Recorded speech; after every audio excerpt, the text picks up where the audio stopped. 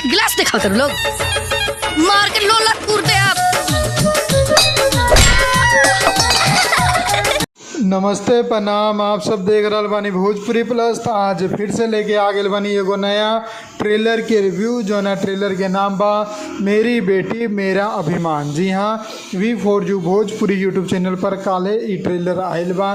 जो ना के निर्देशक बाड़े संजीव जी और एमे मुख्य कलाकार बाड़ी अंजना सिंह जी। एक अलावा भी अनेकों कलाकार बाड़े। तो जैसन की फिल्म के नाम बा मेरी बेटी मेरा अभिमान। कहानी मतारी बेटी के ऊपर ही बा। जौन की बा एगो घर में एगो बहू के दूगो बेटी हो जाला, तो सास चाहेली कि एगो बेटो हो जाओ और परिवार पूरा हो जाओ। लेकिन तीसरा लड़का भी जब होला तो बेटी ही होली।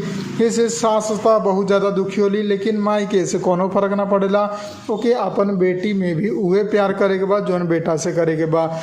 तब जौन पुतौ बाड़ी उ फैसला लेवेली कि वो अपन नसबंदी करा ली और एकरा बाद कोनो लड़का पैदा ना करी। तब सास ई बात के रोक लगावेली और कहेली एगो बेटा होखेला जरूरी बा।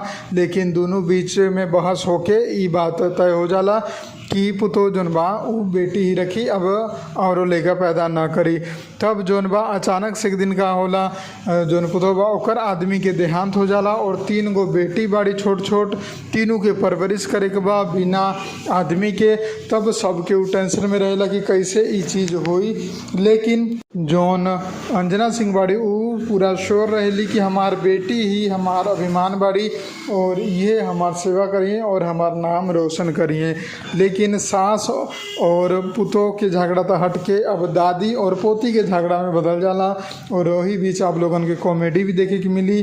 और माई बहुत ही ज़्यादा संघर्ष करके अपन दोनों जौन बड़का बेटी होली ओकनी के पढ़ावेली और तीसरका छोटकी बेटी के परवरिश करेली। और बड़ा होके उहे दोनों बेटी एक साथ दरोगा बन जाली, पुलिस में भर्ती हो जाली। तब पूरा गांव वाला खुशी मनावेला कि इनकर संघर्ष पूरा हो गए। लेकिन उनकर सास यानी कि वो दोनों लड़का के दादी अभी भी उनका से खिसियाल रहेली। लेकिन जब एगो और बेटा के उनका लड़की होला तब भी वो यही तरीका से खींच दिखावेली कि फिर से बेटी हो गई। तब उनकर घर के गार्जियन उनकरा मारेला दिरावेला और समझावेला कि बेटी और बेटा में कोनो फर्क ना बा। नाम ऊँच करे के बाद बेटियों ऊँच कर दी और नाम डुबावे के बाद तब बेटो डुबा सकेला। तो यही ऊपर निर्भर ही कहानी बिया। जो ना कि ट्रेलर आप लोग देखे के चाहिए, यूट्यूब पर आ चुकल बा। बहुत जल्द फिल्म भी टीवी और यूट्यूब पर आप लोगन के देखे के मिल जाए। फिलहाल अगर ये रिव्यू आप लोगन के पसंद आयल बा तो वीडियो के लाइक करें, ज़्यादा से ज़्यादा शेयर करें। हम मिलम आप लोगन के एगो नया वीडियो में। जय हिंद, जय भोजपुरी, प्रणाम।